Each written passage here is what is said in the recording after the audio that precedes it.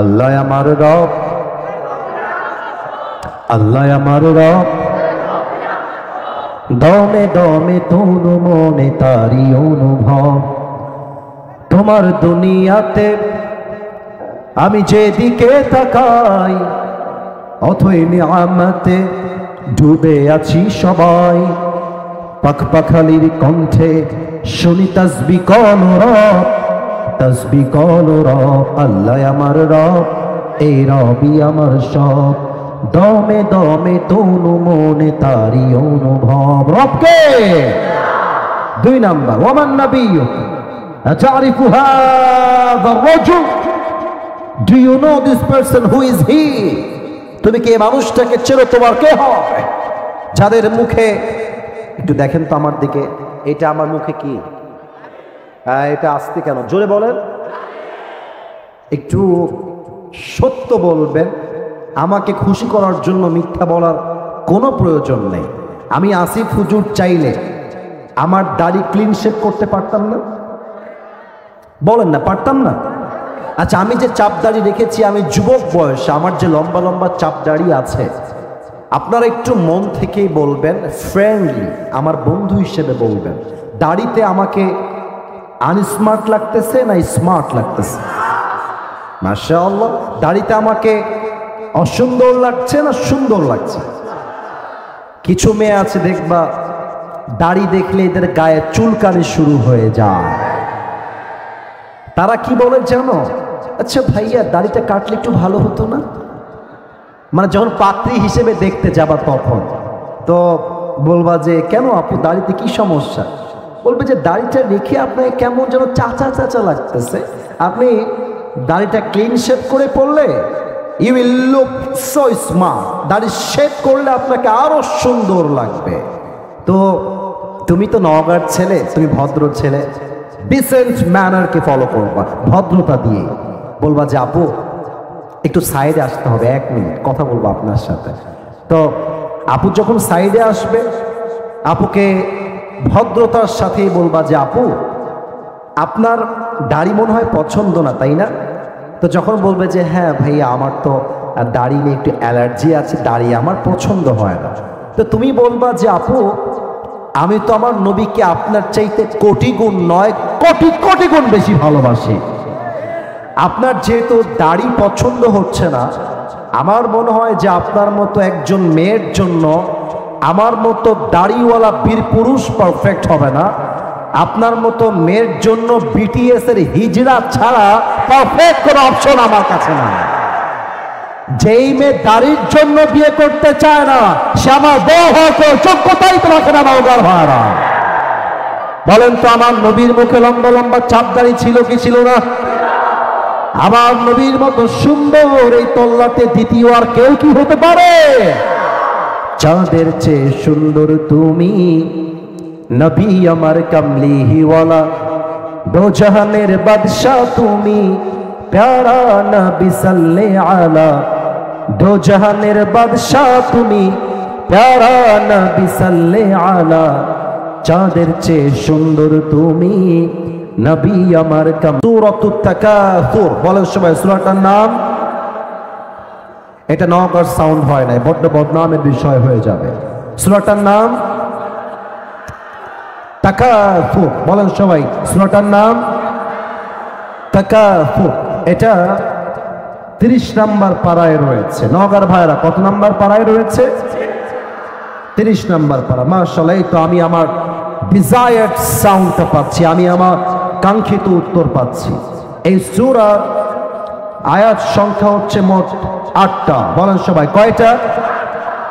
এই সূরা এমন একটা সূরা যে সূরাটা মাদানী চ্যাপ্টারে নাজিল হয় নাই, বরং এই সূরাকে মাক্কি চ্যাপ্টারে নাজিল করেছে একজন। আওয়াজ দিয়ে বলেন সবাই, তিনি কে? এত আস্তে কেন? বলেন সবাই, তিনি কে? এই সূরার কথা কে বলছে? কথা কে বলছে? এই যে হলুদ গেঞ্জি, না এটা খুবই বাজে লাগছে আমার কাছে। তোমরা মনে হয় আদব শেখো নাই। এই যে এখানে কয়েকজন কথা বলছো, আদব শেখো নাই তোমরা। আমি কোরআন থেকে কথা বলছি, আদব আদব লাগবে। আদব ছাড়া তাফসীর হয় না। মেহেরবানি করে তোমাদের পায়ে আমার হাত, এর চেয়ে বেশি বিনয়ী আর হতে পারবো না। আমি অনেক অসুস্থ, অনেক বেশি। বললাম তো জোহরের নামাজ আসরের নামাজ বসে বসে পড়েছি ভাই, আর কেমনে বোঝাই, দাঁড়াবার শক্তি নাই, সারা দিন বিছানায় পড়ে আছি। মেহেরবানি করে এরকম আওয়াজ কইরেন না, বদনাম হবে। আমি তো একটু পরে উঠে চলে যাব, কি পাবেন মেসেজ বুঝতে হবে তো, আওয়াজ করবেন না। আল্লাহ রাব্বুল আলামিন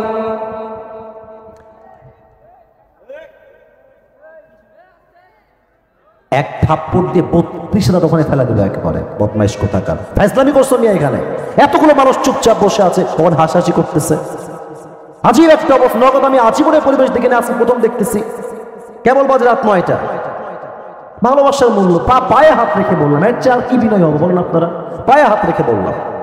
হাসতেছে ইচ্ছা মতো, তাফসীর করবো, হাসতেছে ওখানে। তাকবীর দেন, নারায়ে তাকবীর। মাফ চাচ্ছি, আমি ধমক দেওয়ার মানুষ না। এর পোস্টার আমার ছবি, এটা আমার হাসির ছবি। আমি হাসি করেই কথা বলি, আমি মজা করেই কথা বলি, ভালোবাসি সবাইকে। এটাকে তোমরা উইকনেস হিসেবে নিও না, মেহেরবানি করে। আর কোনো সাউন্ড চাই না। এই ঠিক করে দাও, ঠিক করে দিবে ভাই, ঠিক করে দিবে। এই সূরার মূল বিষয়বস্তু হচ্ছে on day we have to go back to our Lord. আমাদের সবাইকে একদিন ফিরে যেতে হবে একজন রবের কাছে। আওয়াজ দিয়ে বলেন সবাই, তিনি কে? আল্লাহর কাছে সবাইকে একদিন ফিরে যেতে হবে। এটাই হচ্ছে এই সূরার মূল বিষয়বস্তু। কলিজার ভাই, সাউন্ডটা ঠিক করতে কষ্ট হচ্ছে আমার কথা বুঝতে, এক্ষুনি ঠিক করে দাও। আপনারা একটু সময় দেন, ঠিক হয়ে যাবে। আসুন আমরা শুরু করি আয়াত ভিত্তিক তাফসীর। আল্লাহ তাআলা বলছেন, আলহাকুমুত তাকাসুর। আল্লাহ তাআলা বলছেন তোমাদেরকে অতিরিক্ত চাহিদা পাগল করে দিয়েছে। তোমাদের মনের মধ্যে যে অনেক চাই, এই যে আশা, it has distracted you from the reality, it has distracted you from the akhirah. আরো চাই স্বভাবটা মানুষকে আখিরাত থেকে গাফেল করে দিয়েছে। এটাই হচ্ছে প্রথম আয়াতের তরজমা। খুব খেয়াল করবেন নওগাঁর কলিজার টুকরা ভাইরা, আল্লাহ, এখানে শব্দ আসছে আল্লাহ, এর মূল মাদ্দা তথা মূল অক্ষর হচ্ছে লাহুন, লাম হা ওয়াও। দেখা যাক যুবকরা আমার সঙ্গে বলতে পারে কিনা। লাম হা, মাশাআল্লাহ, এই তো আরেকবার ট্রাই করি। লাম ওয়াও, লাহুন। লাহুন শব্দের অর্থ দুইটা পেয়েছি। এক, লাহুন মিন্স এন্টারটেইনমেন্ট, মজা, চিত্ত বিনোদন। যেমনটা কোরআনে আল্লাহ তাআলা বলেছেন। আল্লাহ রাব্বুল আলামিন বলছেন, ই'লামু আন্নামাল হায়াতুদ দুনিয়া লাইবু ওয়া লাহু। তোমাদেরকে জানতে হবে দুনিয়ার জীবনটা আসলে কিছুই নয়, এটা জাস্ট একটা খেলতামাশার জায়গা। আসল জীবন হবে পরকালের জীবন। ই'লামু আন্নামাল হায়াতুদ দুনিয়া লাইবু ওয়া লাহু। You have to know the worldly life is nothing more than play and entertainment. এই পুরো দুনিয়ার জীবনটা জাস্ট একটা মজা আর চিত্ত বিনোদন ছাড়া কিছুই হতে পারে না। এটা বলেছে একজন, তিনি কে? এক, লাহুন মানে মজা, চিত্ত বিনোদন।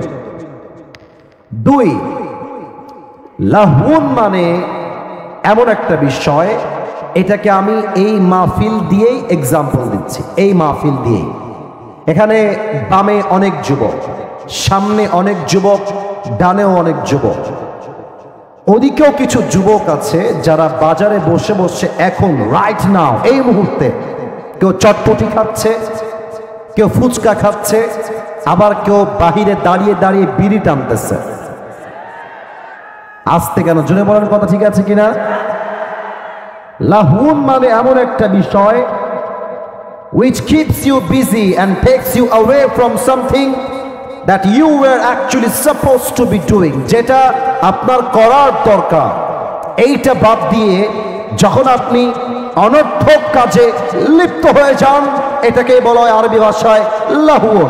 তার মানে ওদের জন্য জরুরি ছিল চটপটি না খেয়ে, বিড়ি না টেনে তাফসীর মাহফিলে অ্যাটেন্ড করে তাফসীর শোনা। ওরা এখন তাফসীর বাদ দিয়ে বিড়ি টানছে, টিকটক চালাচ্ছে, চটপটি খাচ্ছে, তারা লাহুনের অন্তর্ভুক্ত হয়ে গিয়েছে। তার কারণ তারা আসল কাজ বাদ দিয়ে নকল কাজে ব্যস্ত হয়ে গিয়েছে। ঠিক কিনা বলে? এটা হচ্ছে লাহুনের সেকেন্ড ব্যাখ্যা আমি তাফসীরে পেয়েছি।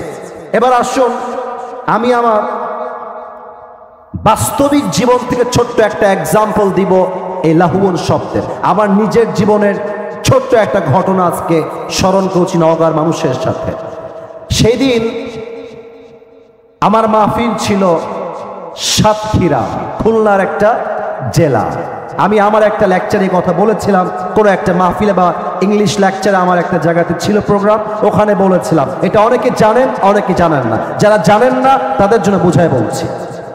আমার মাহফিল ছিল সাতক্ষীরা মেইন শহর থেকে একটু আশেপাশে। তো আমি যখন রাস্তা দিয়ে যাচ্ছিলাম আমার মনে পড়ে গেল যে আমি তো মাহফিলে বের হয়েছি প্রায় 8-10 দিন হয়ে গেছে, অনেক দিন যাবৎ ফলমূল খাওয়া হয় না। ফল খাবো, নিয়ত করলাম আঙ্গুর বেদানা খাবো। তো বাজারের সামনে গিয়ে গাড়িটা থামলো। আমি বললাম ড্রাইভার সাহেব থামেন, আমি ফলমূল কিনে নিয়ে আসি। তো যেই বাজারে আমার গাড়ি থামলো ওখানে দেখলাম মাশাআল্লাহ বিশাল বড় বাজার, চটপটি, ফুচকা, তারপরে পেঁয়াজি, আলুর চপ, ডিমের চপ, গোস্তের চপ ভরা একদম পুরো বাজারে। তা আমি নেমেছিলাম ফ্রুট খাওয়ার জন্য, ফল খাওয়ার জন্য।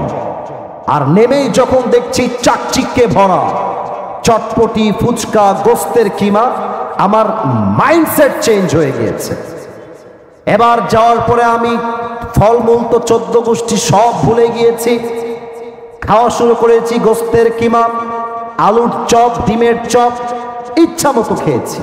খেয়ে বিল পে করেছি, গাড়িতে এসে উঠে গেছি। আমি যখন মাহফিলে যাব, গাড়ি যাচ্ছে আমার, হঠাৎ করে মাথায় স্মরণ আসছে, আরে নামলাম কেন আর নিলাম কি, কিসের জন্য নামলাম আর কি করে আসলাম? নেমেছিলাম ফল কেনার জন্য আর খেয়ে আসছি গোস্তের কিমা আর গোস্তের চপ। এটাই হচ্ছে ব্যাখ্যা। দুনিয়াতে আপনি এসেছেন আখিরাতকে কামাই করবার জন্য, আল্লাহকে খুশি করবার জন্য। বাট দুনিয়া চাক চমক, নারী, বাড়ি, গাড়ি, সম্পত্তি, স্ট্যাটাস, দুনিয়া, এই চাকচিক্য দেখে আপনি ধোঁকায় পড়ে গিয়েছেন। আপনার সামনে যখন মালাকুল মউত চলে আসবে সেই দিন বুঝবেন দুনিয়ার জীবনটা দুনিয়া কামাইয়ের জন্য নয়, বরং দুনিয়ার জীবনটা ছিল আখিরাত কামাই করবার জন্য। ঠিক কিনা বলে? এটাই হচ্ছে লাহুন শব্দের দ্বিতীয় ব্যাখ্যা। এবার দেখেন আল্লাহ কি বলছে। আল্লাহ রাব্বুল আলামিন বলছেন হাত্তা যুরতুমুল মাকাবির, এই যে তোমার চাহিদা আরো চাই, আরো চাই, আরো লাগবে, এই চাহিদা ততদিন পর্যন্ত খতম হবে না until you end up in your grave. 3.5 হাত মাটির নিচে কবরস্থ না হওয়া পর্যন্ত মানুষের চাই চাই স্বভাব, আরো চাই, আরো লাগবে, আরো দাও, আরো চাই। মাটির নিচে দাফন না হওয়া পর্যন্ত এই স্বভাব শেষ স্বভাব নয়। ঠিক কিনা বলে? এবার আসুন ব্যাখ্যায় চলে যাই। খেয়াল করেন, আপনারা সবাই যেখানে দাঁড়িয়ে আছেন, বসে আছেন, এটা কি ইট না মাটি? মাশাআল্লাহ, কত সুন্দর উত্তর তোমরা দিয়েছো। আবার বলেন, ইট না মাটি? আচ্ছা বলেন তো, আপনার মৃত্যুর পরে আপনার লাশটি আজীবন এসির রুমে রাখা হবে না মাটির নিচে দাফন হয়ে যাবে? মাটির নিচে দাফন হয়ে যাবে। এই মাটি হবে 3.5 হাত মাটির ঘর।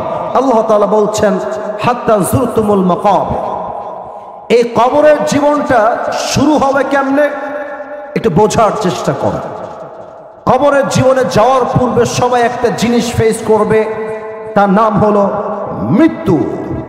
আর এই মৃত্যুকে আল্লাহর হাবিব 2টি ভাগে ভাগ করেছেন। Number 1, the death of people, those who perform the salah.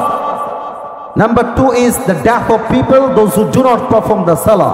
এক হচ্ছে নামাজি বান্দা, আর এক হচ্ছে বেনামাজি বান্দা। এখানে অনেকে নামাজি আছেন, বেনামাজিও আছেন। যারা নামাজি আছেন দেখেন কয়েকটা হাদিস বলছি, কলিজার সঙ্গে সেট করে নেন। আল্লাহর হাবিব বলেছেন, নামাজি বান্দার সামনে যখন মালাকুল মউত আসবে, তার চেহারার রং হবে সাদা ধবধবে, গায়ে একটা জুব্বা থাকবে, সাদা লম্বা জুব্বা, তার চেহারা হবে একটা তাগড়া যুবকের মতো। He will be looking like a very smart and handsome, দেখতে অসাধারণ সুন্দর হবে। নামাজির সামনে এসে দাঁড়িয়ে যাবে, এসে কি বলবে? ইয়া আইয়াতুহান নাফসুল মুতমাইন্না উখরুজি ইলা মাগফিরাতিল্লাহি ওয়া রিজওয়ানিহি। হে নামাজি বান্দা, আসো, বের হয়ে আসো। কোথায়? মালাকুল মউত বলবে, ইলা মাগফিরাতিল্লাহি ওয়া রিজওয়ানিহি, আল্লাহর জান্নাত এবং ক্ষমার দিকে বের হয়ে আসো। আল্লাহর জান্নাত তোমার জন্য অপেক্ষায় অপেক্ষমান রয়েছে। না, এটা নওগাঁর সুবহানাল্লাহ হয় না, বলেন সবাই সুবহানাল্লাহ। আর একবার জবান খুলে পড়েন সবাই সুবহানাল্লাহ। এবার দেখেন তো, আমার দুই হাতে আমি যেইটা ধরে আছি এটার নাম কি? এইটা কি গোল না চারকোনা? চারকোনা। হাদিস শোনেন, কাফাম মিন নাকফানিল জান্নাহ ওয়া হানুত মিন হানুতিল জান্নাহ। নামাজি বান্দা রূহকে কবজ করবার জন্য আল্লাহ তাআলা জান্নাত থেকে একটা লাল রেশমি রুমালের চাদর জান্নাত থেকে দুনিয়াতে পাঠিয়ে দিবে। সুবহানাল্লাহ পড়বেন না আপনারা সবাই? এই সাউন্ডটা ঠিক করো, ওরা তো খেপে যাবে একটু পরে, আমি সামলাইতে পারবো না তখন কিন্তু। হ্যাঁ, ঠিক করে দিবে। একটু একটু প্লিজ, একটু থামেন, ঠিক হবে।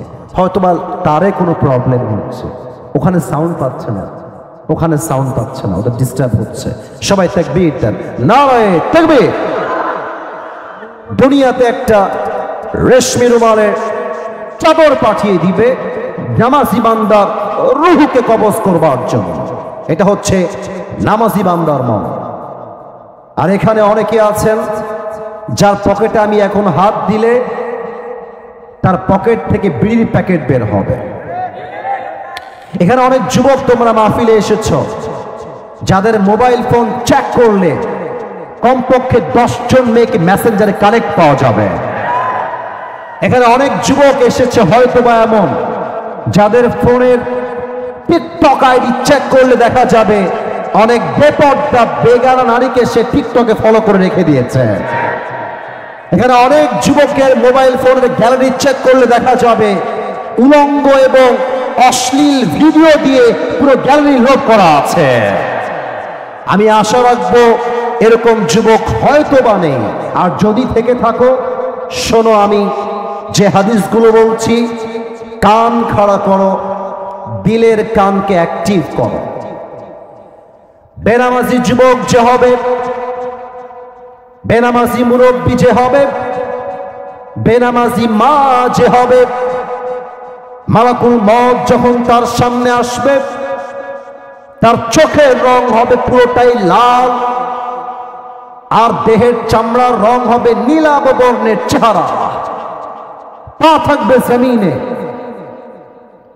মাথা থাকবে আকাশ বরাবর বিশাল লম্বা। মালাকুল মউতের ড্রেস হবে কালো কুচ্ছিত পোশাক। বেনামাজি মুরব্বী, বেনামাজি যুবক, বেনামাজি মা যখন মালাকুল মউতের ভয়ঙ্কর চেহারা দেখবে, তার পুরো দেহের মধ্যে একটা কম্পন তৈরি হয়ে যাবে, থরথর থরথর করে কাঁপবে। আর মালাকুল মউত তার দিকে চিৎকার দিয়ে ডাক দিয়ে বলবে, ইয়া আইয়াতুহান নাফসুল খাবিসা উখরুজি ইলা গাযাবিল্লাহ। এই বেনামাজি, বের হয়ে আয়, আল্লাহর গজবের দিকে, জাহান্নামের দিকে বের হয়ে আয়। হাদিসে আসছে তার চাকু দিয়ে ছিঁড়ে ফেলে। ওই ছাগলটার যে পরিমাণ কষ্ট হয় তার চাইতে কমসে কম 70 গুণ বেশি কষ্ট দিয়ে বেনামাজি বান্দার রূহকে কবজ করা হবে। বলেন সবাই নাউজুবিল্লাহ। এত আস্তে কেন? বলেন সবাই নাউজুবিল্লাহ। আল্লাহ, তুমি আমাদের সবাইকে মৃত্যুর আযাব থেকে বাঁচায় দিও। বলেন সবাই আমিন। হাত্তা যুরতুমুল মাকাবির, কবরে না যাওয়া পর্যন্ত তোমার হুঁশ ফিরে আসবে না। যখন কবরে রাখা হবে, একটা প্রশ্ন করব সবাইকে এখন, তোমাদেরকে বিশেষ করে যুবকদেরকে আমি ভালোবেসে তুমি বলছি, আপনাদের সবাইকে আমি একটা প্রশ্ন করব এখন, যার উত্তর হয়তো বা 95% বেশি মানুষ ভুল দিবেন। এজন্য একটু ভেবে উত্তর দেন। বলেন তো, আল্লাহ তাআলা বলেছেন হাত্তা যুরতুমুল মাকাবির, কবরে যাওয়ার পরে দুনিয়ার বাস্তবতা বুঝে আসবে। এটা হচ্ছে আয়াতের মূল ব্যাখ্যা। কিন্তু কবরে রাখার পরে মাইয়াতকে মোট প্রশ্ন করা হবে কয়টা? পেছনে উত্তরটা রাইট ছিল, 3টা না, মোট প্রশ্ন হবে 4টা। ভয় নাই, আমি শিখাতে এসেছি, নিজেও শিখতে এসেছি। বলেন সবাই কয়টা? আস্তে কেন? বলেন সবাই কয়টা? আমি আপনাকে প্রশ্ন করছি, আপনি আমাকে নওগাঁ বীরপুরুষের সাউন্ডে আওয়াজ দিয়ে বুঝাবেন। আমার সামনে যারা বসে আছে একটাও বিড়ালের বাচ্চা নয়, সব সিংহের বাচ্চাগুলো আমার সামনে বসে আছে। প্রথম প্রশ্ন, মার রব্বুক, তোমার রবকে? বলেন আমাদের রবকে। একটু আস্তে হয়েছে, বলেন সবাই আমাদের রব। আবার বলেন আমাদের রব। আল্লাহ আমার রব, আল্লাহ আমার রব, দমে দমে তনু মনে তারি অনুভব। তোমার দুনিয়াতে আমি যেদিকে তাকাই, অথই নিয়ামতে ডুবে আছি সবাই। পাখ পাখালির কণ্ঠে শুনি তাসবিহ কোন রব, তাসবিহ কোন রব। আল্লাহ আমার রব, এই রবই আমার সব। দমে দমে তনু মনে তারি অনুভব। রবকে। 2 নাম্বার, ওয়ামান নাবিয়্যুক আতারিফু হাযা রাজুল, do you know this person, who is he? তুমি কি এই মানুষটাকে চেনো? তোমার কে হবে? যাদের মুখে, একটু দেখেন তো আমার দিকে, এটা আমার মুখে কি? এটা আসতে কেন? জোরে বলেন। একটু সত্য বলবেন। আমাকে খুশি করার জন্য মিথ্যা বলার কোনো প্রয়োজন নেই। আমি আসিফ হুজুর চাইলে আমার দাড়ি ক্লিন শেভ করতে পারতাম না? বলেন না, পারতাম না? আচ্ছা, আমি যে চাপ দাড়ি রেখেছি, আমি যুবক বয়সে আমার যে লম্বা লম্বা চাপ দাড়ি আছে, আপনারা একটু মন থেকেই বলবেন, ফ্রেন্ডলি আমার বন্ধু হিসেবে বলবেন, দাড়িতে আমাকে আনস্মার্ট লাগতেছে না স্মার্ট লাগতেছে? মাশাআল্লাহ। দাড়িতে আমাকে অসুন্দর লাগছে না সুন্দর লাগছে? কিছু মেয়ে আছে দেখবা, দাড়ি দেখলে এদের গায়ে চুলকানি শুরু হয়ে যায়। তারা কি বলে জানো? আচ্ছা ভাইয়া, দাড়িটা কাটলে একটু ভালো হতো না? মানে যখন পাত্রী হিসেবে দেখতে যাবা তখন তো বলবা যে, কেন আপু দাড়িতে কি সমস্যা? বলবে যে দাড়িটা রেখে আপনাকে কেমন যেন চাচা চাচা লাগতেছে, আপনি দাড়িটা ক্লিন শেভ করে পড়লে you will look so smart, দাড়ি শেভ করলে আপনাকে আরো সুন্দর লাগবে। তো তুমি তো নওগাঁর ছেলে, তুমি ভদ্র ছেলে, ডিসেন্ট ম্যানারকে ফলো করবা, ভদ্রতা দিয়ে বলবা যে আপু একটু সাইডে আসতে হবে, 1 মিনিট কথা বলবো আপনার সাথে। তো আপু যখন সাইডে আসবে, আপুকে ভদ্রতার সাথেই বলবা যে আপু আপনার দাড়ি মনে হয় পছন্দ না, তাই না? তো যখন বলবে যে হ্যাঁ ভাইয়া আমার তো দাড়ি নিয়ে একটু অ্যালার্জি আছে, দাড়ি আমার পছন্দ হয় না, তো তুমি বলবা যে আপু আমি তো আমার নবীকে আপনার চাইতে কোটি গুণ নয়, কোটি কোটি গুণ বেশি ভালোবাসি। আপনার যেহেতু দাড়ি পছন্দ হচ্ছে না, আমার মনে হয় যে আপনার মতো একজন মেয়ের জন্য আমার মতো দাড়িওয়ালা বীর পুরুষ পারফেক্ট হবে না। আপনার মতো মেয়ের জন্য বিটিএস এর হিজড়া ছাড়া পারফেক্ট কোনো অপশন আমার কাছে না। যেই মেয়ে দাড়ির জন্য বিয়ে করতে চায় না সে আমার বউ হওয়ার যোগ্যতাই তোমাকে না নওগাঁর ভাড়া। বলেন তো আমার নবীর মুখে লম্বা লম্বা চাপ দাড়ি ছিল কি ছিল না? আমার নবীর মতো সুন্দর এই তল্লাতে দ্বিতীয় আর কেউ কি হতে পারে?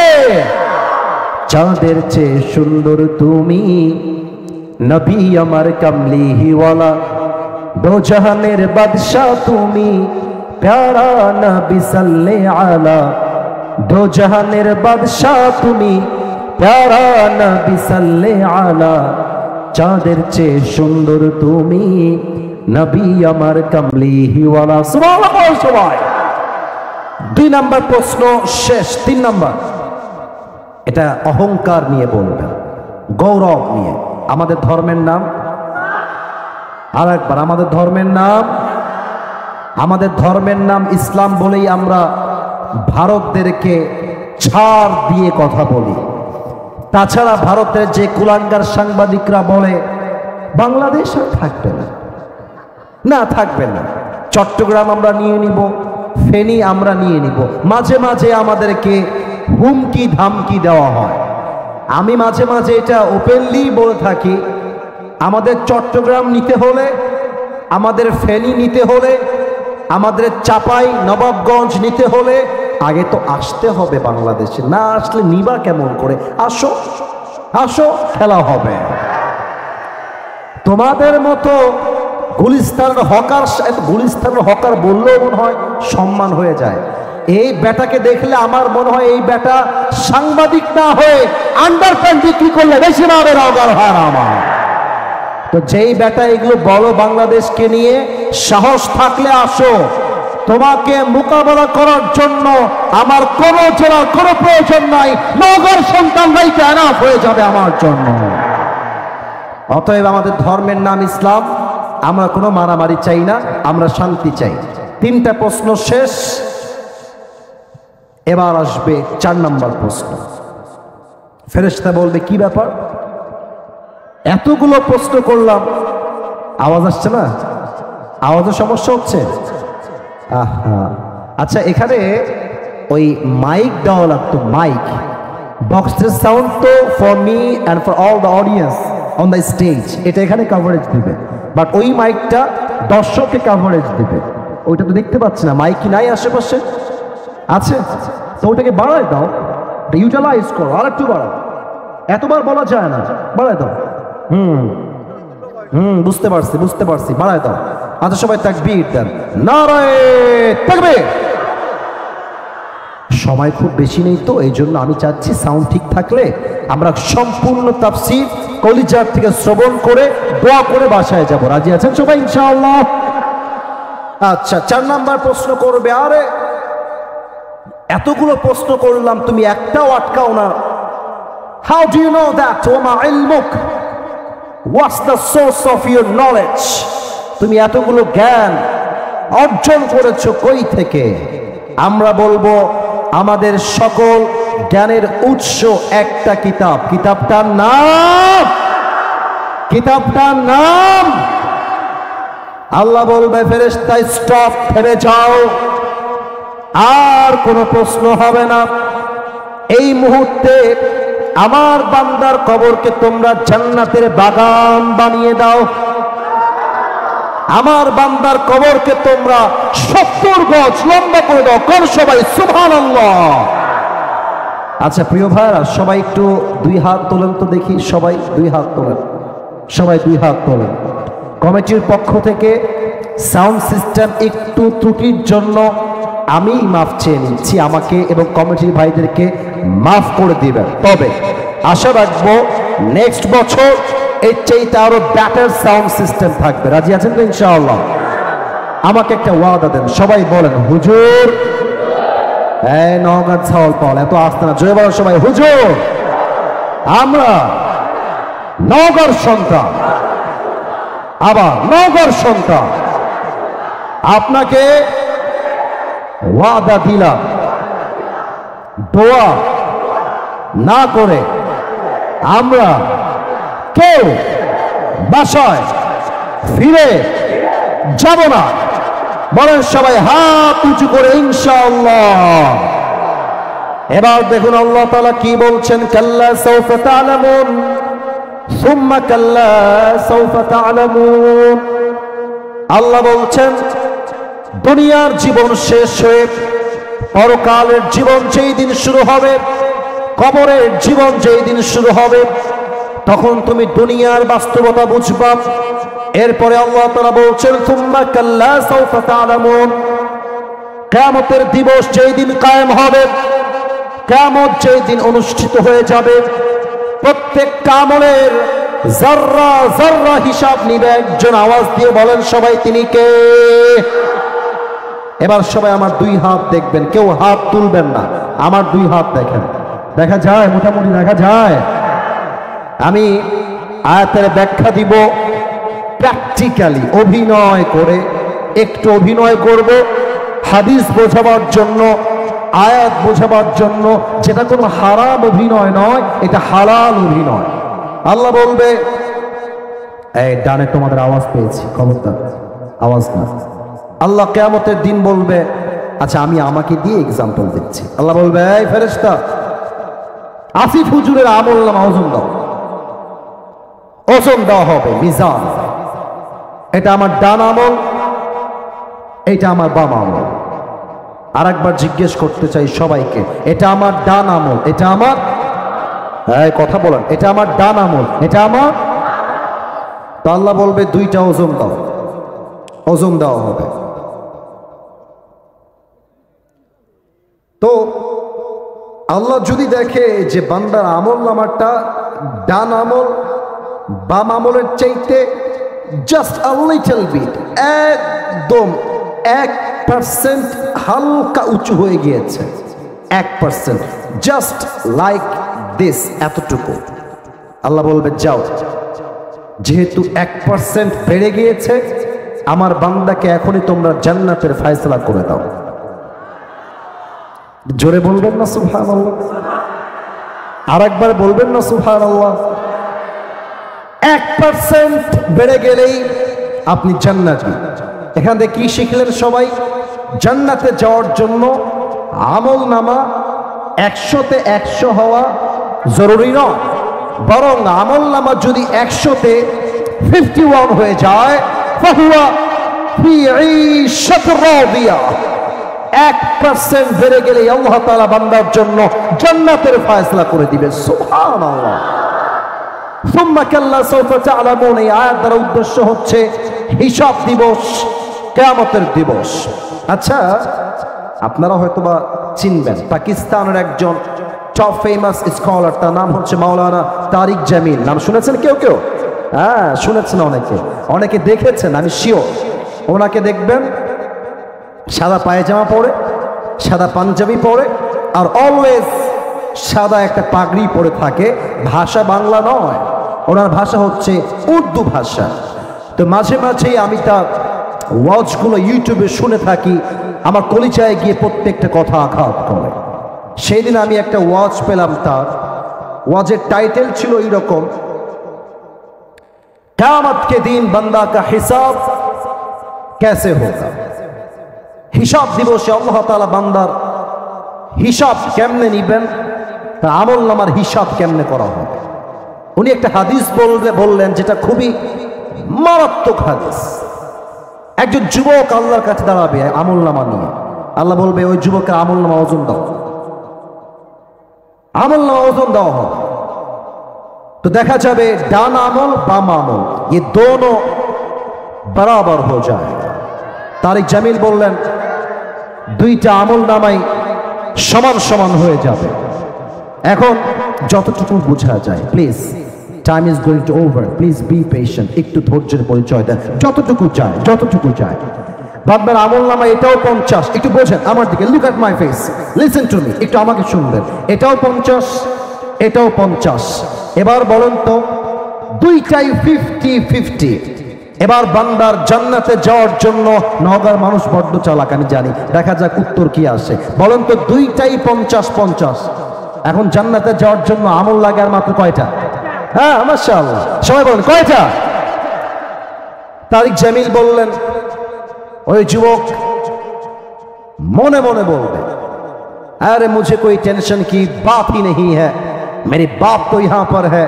मैं अपनी बाप से कहूंगा, मेरी बाप मुझे बस एक আমল दे दो तो मैं कन्फार्म जन्नती हो जाऊंगा। अब्बा একটা আমল লাগবে, শর্ট হয়ে গেছে, তুমি দিলেই আমি জান্নাতে। যুবকটা নো টেনশন, ডু ফুর্তি, বাপের কাছে যাবে, डाक दिए बोलबे अब्बा जान मेरी दोनों अमल दोनों के दोनों बराबर हो गया है, अगर मैं जन्नत में जाना चाहूं तो मुझे बस एक अमल की जरूरत है। अब्बा तुम्हार छेले एक আমল পেলেই জান্নাতি, দাও একটা আমল আমাকে দাও। তো দেখেন আমার দিকে, আব্বা তাকায় থাকবে ওর দিকে আর বলবে কে তোমার বাপ? হাসছেন নাকি? কেউ হাসবেন না, এটা হাসে কথা নয়। কে তোমার বাপ?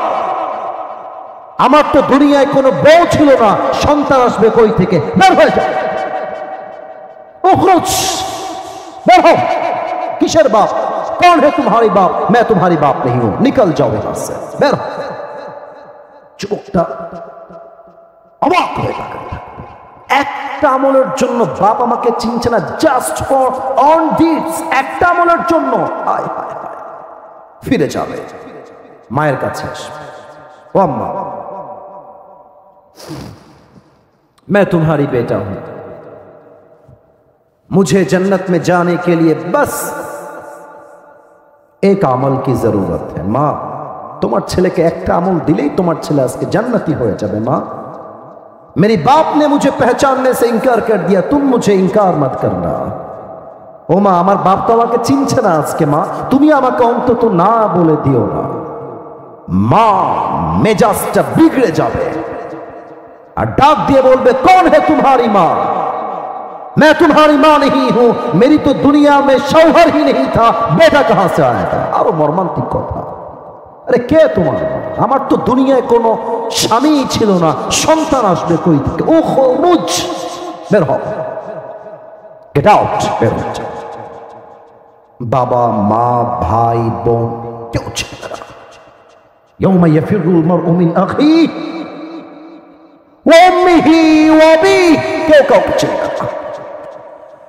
মাওলানা তারিক জামিল বললেন, যুবকটা হতাশ হয়ে যাবে, তার ডান হাঁটু এবং বাম হাঁটু দুইটাই তুলবে বুক বরাবর, এবার দুইটা হাত এমন করে দিবে, দুই চোখ দিয়ে পানি ছাড়বে আর চিৎকার দিয়ে বলবে মুঝে বাস এক আমল কি জরুরত হ্যায়, আর কান্না করবে। কিয়ামতের দিবসে একজন যুবক তার কাছে আসবে, এসে বলবে ভাই तुम क्यों रो रहे हो, तुम्हें क्या चाहिए मुझे बताओ। এই ভাই কাঁদছেন কেন, কি হয়েছে আমাকে বলো। তো যুবকটা মাথা নিচু রাখবে, মাথা তুলবে, এই ভাই আপনি জানতো, अरे আমার बाप চিনছে না, মা চিনছে না, आप मुझे कोई मदद नहीं कर सकते, निकल जाइए यहां से, বের হন, আপনাকে দিয়ে আমার কোনো লাভ হবে না। तो যুবকটা অনুরোধ করে বলে ভাই मुझे बताइए कि आपको क्या चाहिए, मैं आपकी मदद शायद कर भी सकता हूं, বলেন না ভাই কি লাগবে। तो मौलाना तारिक जमील बोलें, जो युवक के डाक दिए बोले भाई मेरी जो दोनों अमल है ये दोनों बराबर हो गया है, ये भी 50 है ये भी 50 है, मुझे जन्नत में जाने के लिए बस एक अमल की जरूरत है। भाई रे सब ठीक ठाक, एक अमल होलेই আমি জান্নাতে। বলবে আর ইউ শিওর, আপনি কি সুনিশ্চিত যে একটা আমল হলেই আপনি জান্নাতি? আমাকে স্পষ্ট ভাষায় বলেন। যুবক বলবে ইয়েস, একটা আমল হলেই আমি আজকে জান্নাতি হয়ে যাব। এবার ঘটবে এক অবাক করা ঘটনা। যুবক বলবে ভাই ওই একটা আমল যদিও আপনার বাপ মা ভাই বোন বউ কেউ আপনাকে দেয় নাই আমি জানি, তবে ওই একটা আমল আজকে আমি আপনার ভাই আপনাকে আমি দান করব। এটা নওগাঁর সুবহানাল্লাহ আমি আশা করি নাই, জোরে বলেন। আল্লামা দেলোয়ার হোসেন সাইদি হুজুরের একজন ভক্ত আমি, আসবে, থোড়া সা ইন্তজার করলো ইয়ার, একটু থামো। দেলোয়ার হোসেন সাইদি হুজুর বলতেন একটা কথা, বিনা পুঁজির ব্যবসা, পুঁজি না